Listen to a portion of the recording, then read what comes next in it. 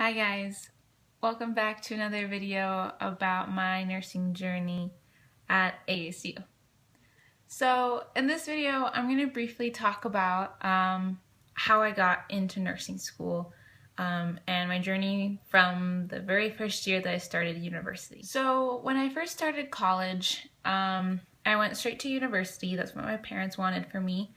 I personally wanted to go to community college because it's cheaper. But they put me in university, and my first semester was pre-med. So I was a pre-med major for my first semester. I quickly changed that after my first semester, after looking at like the concept guide of like, oh, this is what you're going to be taking for the next 4 years. And there's a lot of hard sciences, physics, chemistry, organic chemistry, biochemistry, all that stuff, and I'm just like, no, I don't like those, no thank you. So I talked to an advisor and I switched to nursing. So I was on course for my prereqs, so it wasn't that difficult to take, the classes that I needed to take.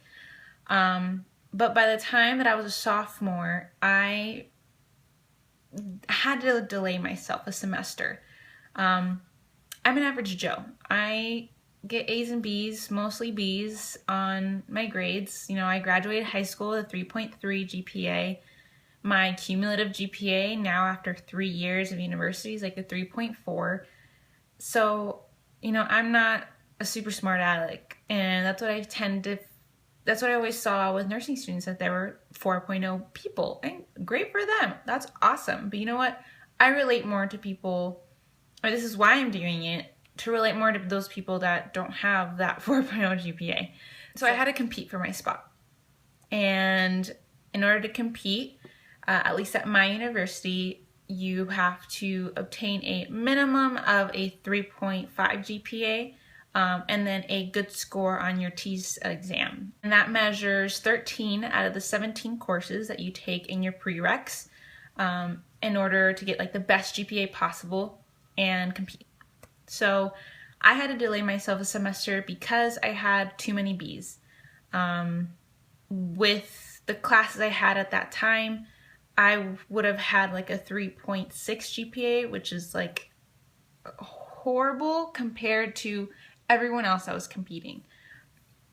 In past semesters, the lowest GPA that they have accepted were like 3.75s, 3.79s, and like I was nowhere close to that. So I needed to take extra classes, do replacement courses, get A's in those in order to boost my GPA to compete. In the end, I competed with a 3.73 GPA, and I think I got an 84 on the TEAS test, which was just barely like minimum that I needed to achieve in order to be selected to compete.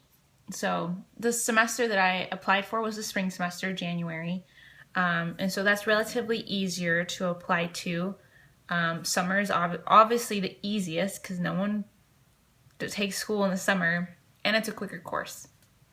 But I did get in. I was really nervous that I wasn't going to because, yes, 3.7 is awesome. It's a great GPA. But compared to the ones that do compete, the majority of students already have a direct admit seat, which are kind of like reserved for them until their junior year. And people that are competing already, most of them have like 3.8s, 3.9s, and I wasn't close to that. So I was really nervous and I was on the cusp, but I made it through and I'm really happy. How did I know I wanted to do nursing? Ever since I was a little kid, I always wanted to be a doctor or a nurse or a surgeon or a doctor. Nah, maybe a nurse. Like, I always was in the medical profession. I was always interested in watching the gory shows, like the ER, House, Grey's Anatomy. I didn't know I was pregnant, the labor and delivery shows that they had back in the 2000s. Always interested in watching those. So yeah, why don't I choose to be a doctor? Too much knowledge, too much school, too much studying. And I'm happy to be a nurse because I work with my patients a lot more closely than doctors do. and it's very holistic. So I focus on the patient and not on like medications and disease processes, which is why that's what doctors kind of focus on. So yeah, that's been my journey applying to nursing school. It was definitely a hardship to delay myself a semester, to worry about graduating in 4.5 years instead of 4. But you have to do what you have to do. If you have to delay yourself a little bit of time, you know what? That's fine, because all you have is time.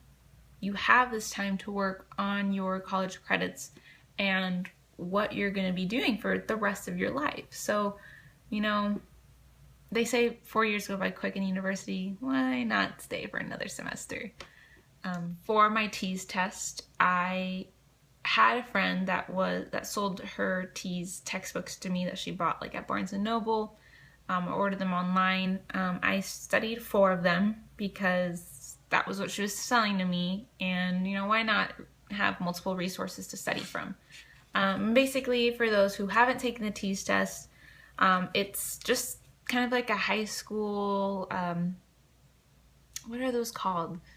Standardized tests, those high school standardized tests. You go over basic, things from science, use basic math, reading and writing comprehension, stuff like that. The only thing I wished I did better on, and that I wish someone taught me or reviewed with me, was grammar.